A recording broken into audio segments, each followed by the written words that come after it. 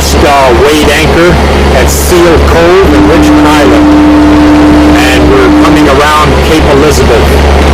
You can hear the Cape Elizabeth foghorn off the port. We're in pea soup fog. You can't see not even 100 yards in front of the boat. As you can see, scan the area, please, cameraman. Sweep the entire area.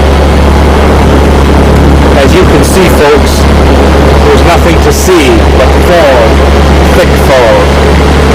So I suppose you're wondering how we're possibly navigating around the treacherous rocks of Cape Elizabeth and into Portland. The answer is very simple. Radar. That wonderful technological invention, which Walter will now show you with his zoom lens. Without that radar unit, there is no possible way that we could safely and with any confidence navigate into Portland Harbor. The target that we are aiming for is right on the header line, as you can see. Exactly 1 mile in front of the boat, and that is a green buoy. That'll be our next waypoint. All we do is steer the boat to keep the header line on that target on the radar screen, and we never have to look at charts much at all except to verify the waypoints. I've got 2 men on the bow on constant watch, Mr. Ron Caseldon and Mr. Richard Caparella. They are equipped with a foghorn, which must be sounded every 2 minutes.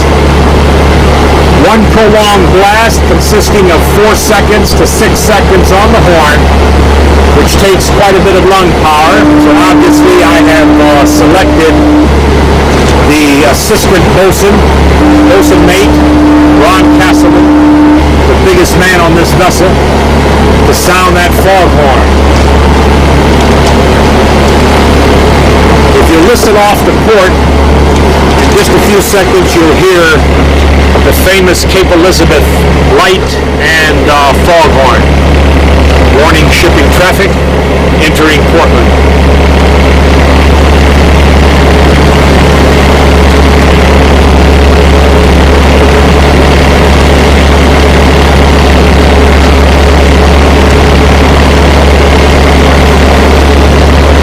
Cushman is holding the camera.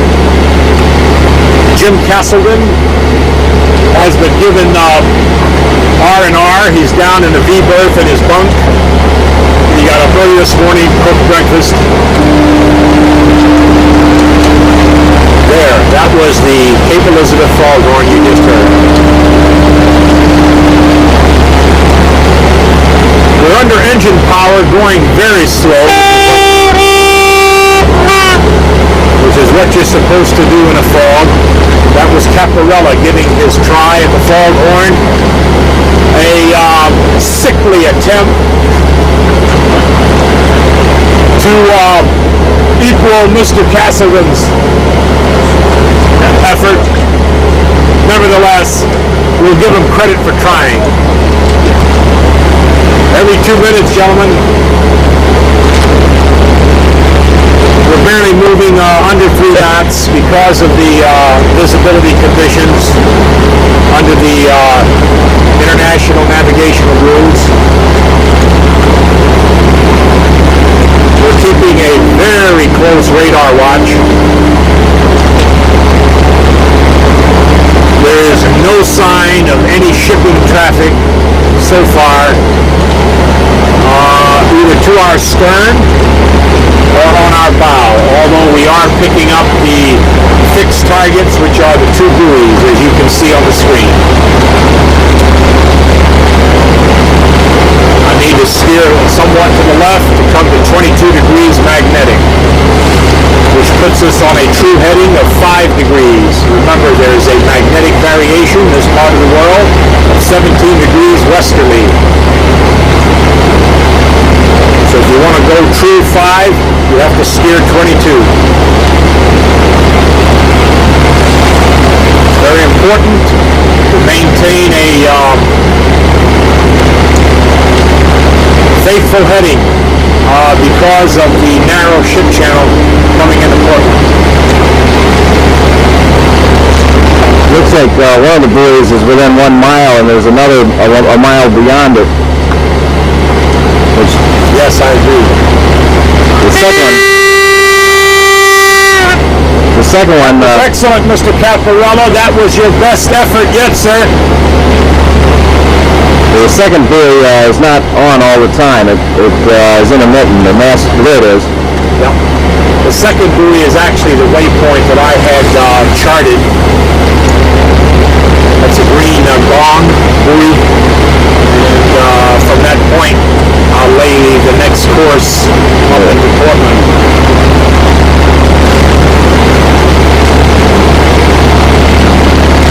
In case you folks are interested, each man aboard this vessel has a job title. Mr. Cushman is first mate. Mr. Jim Caseldon is chief bosun. Mr. Ron Caseldon is bosun's mate. Mr. Caparella is second mate.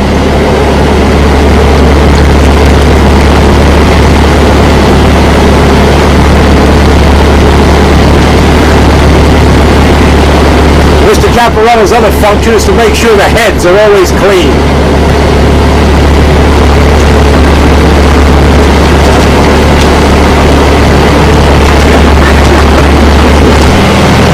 We're coming in to Portland Harbor. Here's the Portland headlight. The fog's beginning to dissipate, but there's still a fair amount. We can hear a bell buoy behind us.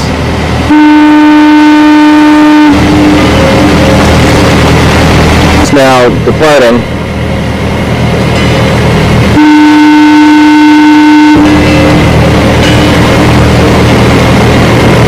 Walter, give the folks a view of that light. I think it was one of the oldest lighthouses in the United States, and it was commissioned by Thomas Jefferson, wasn't it? George Washington? George Washington himself commissioned that lighthouse. It was the first lighthouse on the eastern seaboard of the United States. Portland was, back at Revolutionary times, was quite a busy harbor. Both American and British ships.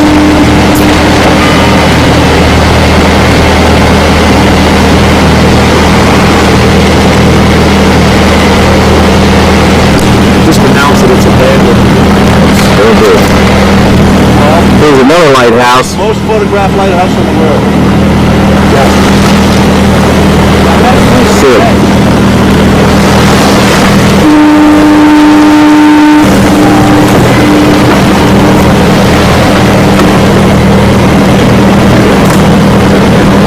Okay, here's another lighthouse at the Portland entrance. This lighthouse is abandoned.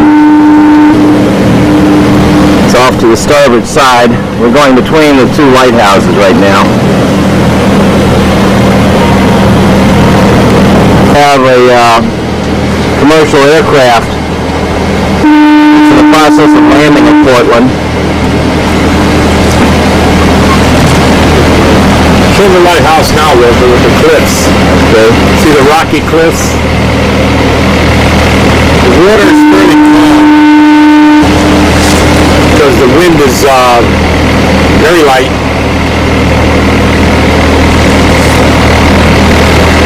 This time of the morning. As the day heats up, the sea breezes increase, and we'll be leaving Portland later this afternoon and headed up to Goose Bay Harbor.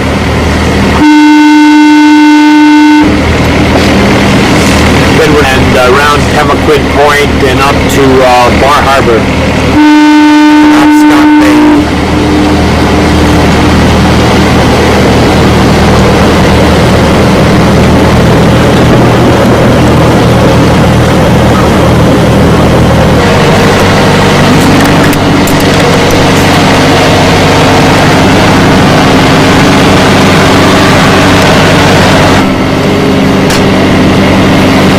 Just sent out orders to discontinue foghorn signals. lifted. Visibility is fair to good. We can see the bridge system leading into Portland Harbor.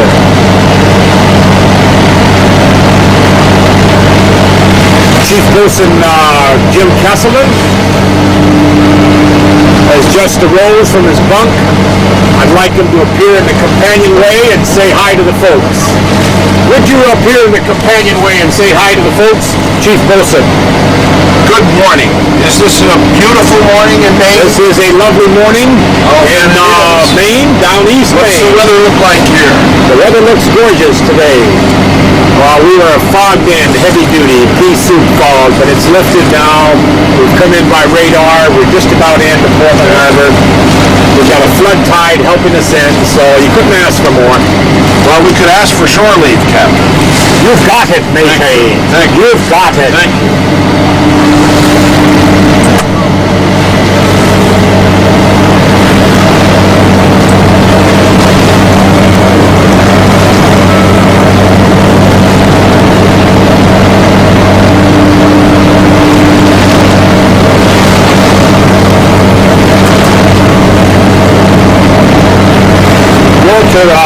What we will do soon is bring out the dock lines from the lazarette. Okay. We've got a couple of lines here we could actually probably use in the cockpit, but we'll bring up one more line. On the starboard combing? Yeah, starboard combing and also the port combing. Starting to see a fair amount of traffic. Yep. Fog lifts and all the fishermen and divers and Coast Guard and everybody else starts headed out. And we're here again. Yep.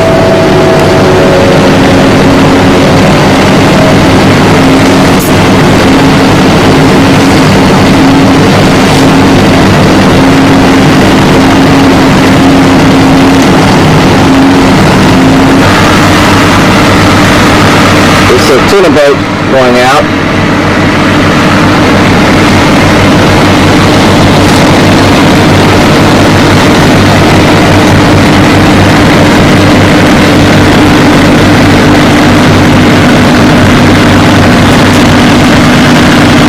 Lobster man.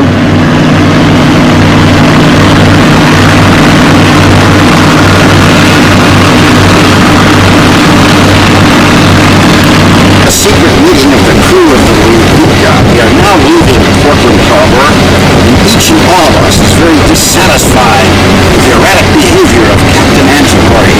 I, to Caparella, singularly believe the conspiracy to take this vessel over and to depose Captain Antinori at the nearest island.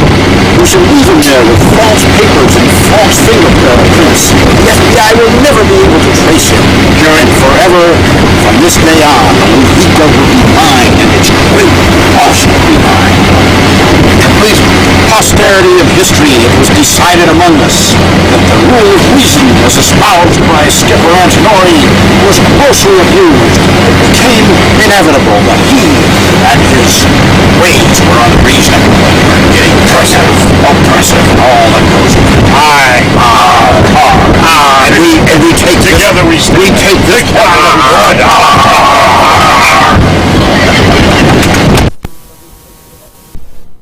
1993 Thursday morning, we just left Buffet Harbor.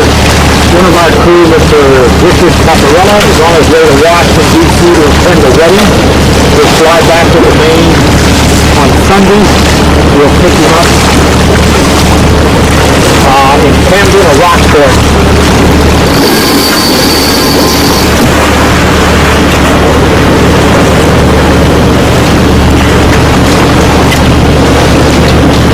Just come through Fisherman's Passage, Rams Island.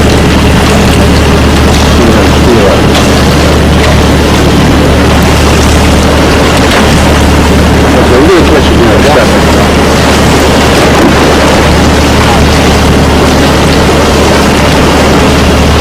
We're headed toward Monahegan Island.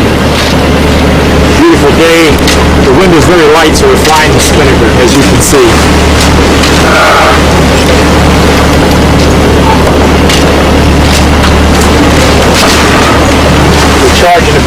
right now, so if you hear an engine running, that's what we're charging the batteries. Got the refrigerator working finally.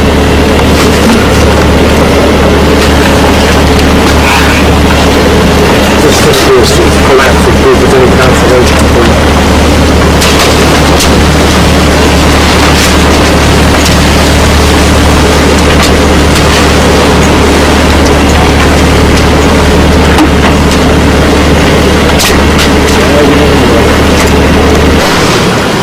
I was working on adjusting the spinnaker, raise it up a little bit.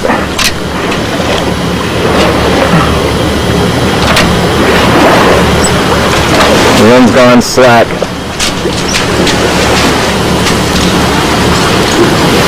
I don't know why we're plagued with light airs. I guess it's this time of the year, August. What can you do? But at least it's not really very hot. The air is cool. This light winds. It's better than fog. It beats a punch in the nose. Better than a punch in the nose. As my friend Serge Balani used to say.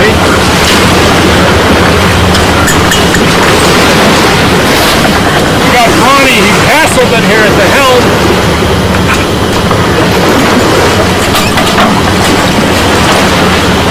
Going God luck. He's raising his head here above the companionway. He'll grace you with a smile. Hi, Jim. How's it going? Beautiful. Greg?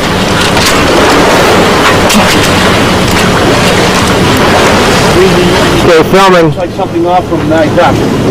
Yeah. Well, we're coming into Monhegan towards 9 bucks. Rockland.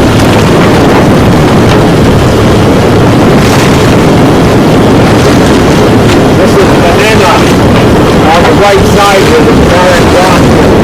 Radio beacon power. Turns out radio beacon that we can pick up more slow and high. Inside there, there's somewhat of an anchorage. They warn you though, this is not good holding ground. Not a great place to spend the night. Certainly we're in a south blow, you don't want to be here. But it's okay for right now. This is a lonely outpost about 10 miles off the coast of Maine. The people here are very independent. Not too many fishermen that live here year round. Let them live here.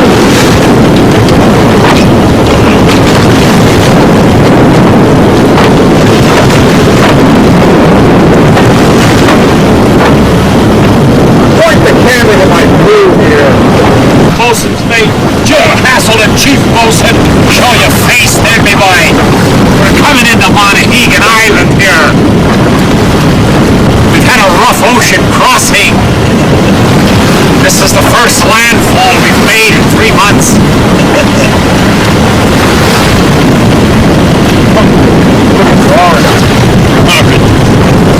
We're looking for citrus fruit.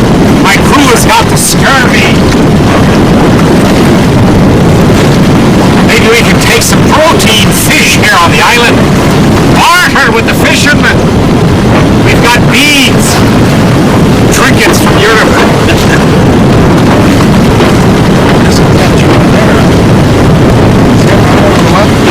All right, Ron, turn your camera around there. It's a beautiful place. This is quite a place to go aboard and roam the island. Explore. Beautiful side of the sport, everybody. This guy goes.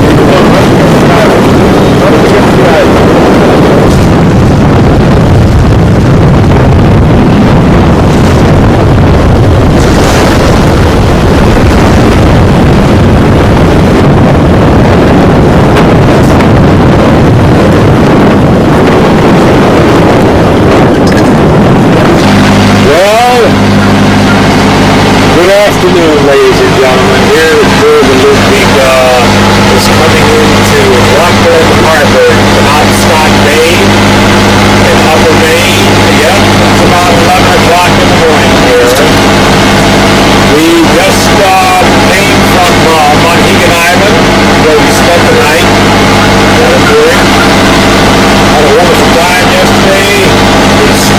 of the rocky cliffs of Montegan Island. So now we've been sailing all this morning up into Penobscot Bay. Our present latitude is 44 degrees, 5 minutes north latitude. We'll be turning left here to port in about a half hour and going right into Rockland Harbor. We're going to either have to pick up a mooring, and if we can't find one, drop the anchor. We're going to spend a couple of days here in this beautiful place, surrounded by the Caseldon Mountains, which Walter will now show you on the video. Show the folks the Caseldon Mountains, Ross. So right now you're filming in Final Haven. That's Final Haven, and North Final Haven, where they have sailboat races going on. So now as this camera swings to port, you'll see the Camden Hills, otherwise known as the Mountains of Camden.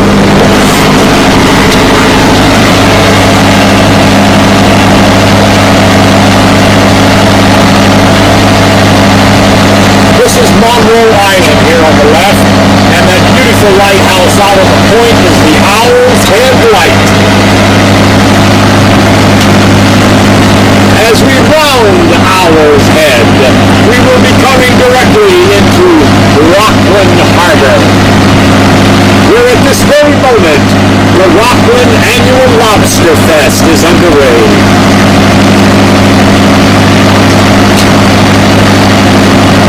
Our bosun's mate, Mr. Ronnie Caseldon, is already licking his chops, thinking about those lobster in Rockland.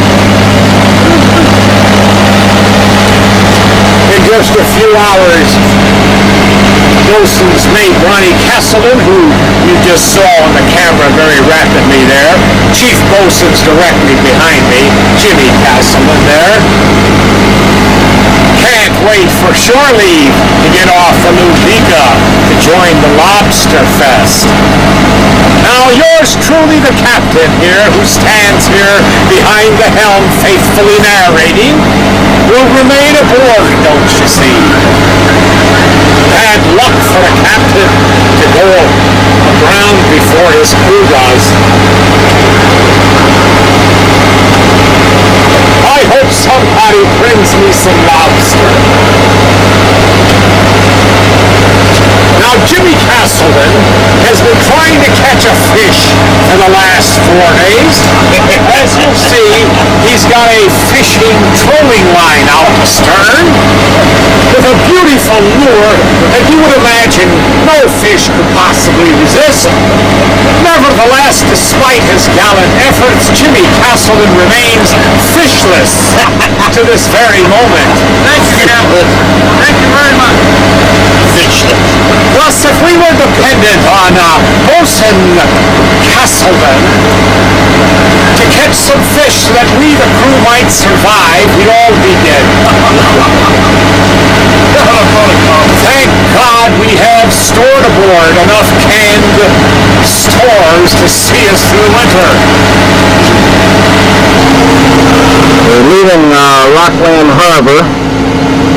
It's a little lighthouse at the outer end of the breakwater.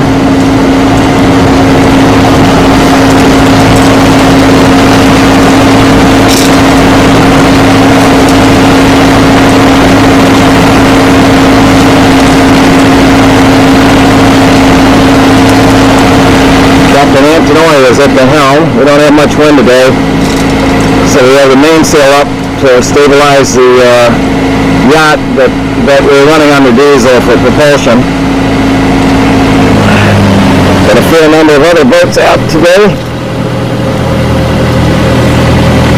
We'll have to show these big masted clipper ships here off our port. Okay, big clipper. Port. Look at that ship, Jimmy. I think they're taking some tourists out for a day sail. Can you zoom in on that crew up on the bowsprit? Oh yeah.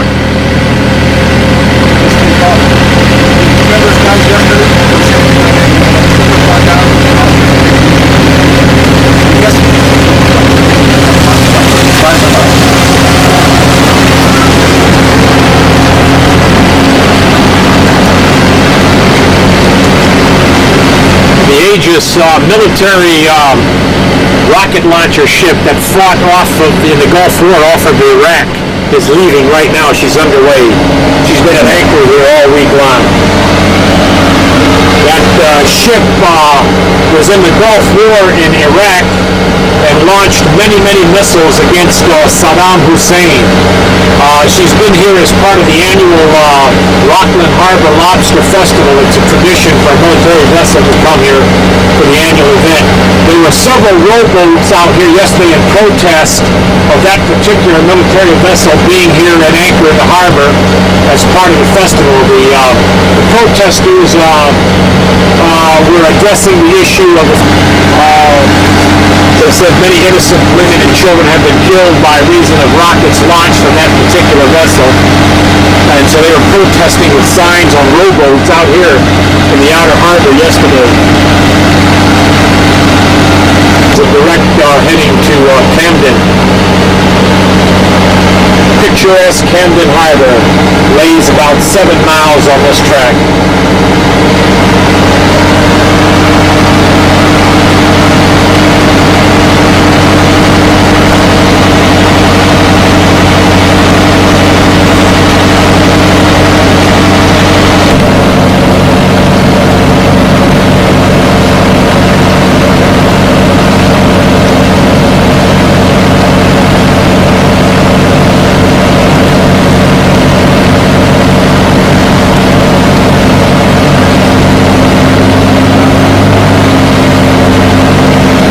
Funny to see the radar on the back of that flipper ship.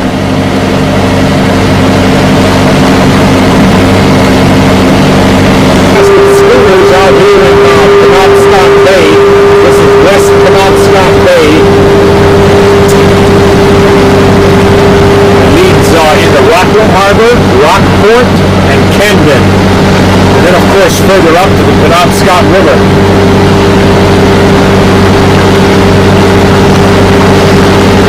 In 1780, there was the major confrontation between the British naval forces and some American vessels here in the Penobscot River. It was called the Penobscot River Expedition. It was one of the major military failures, disasters for the new American colonists. The British completely sank all of the American vessels. Paul Revere was involved in that expedition. It was 200 years ago, right here in this bay.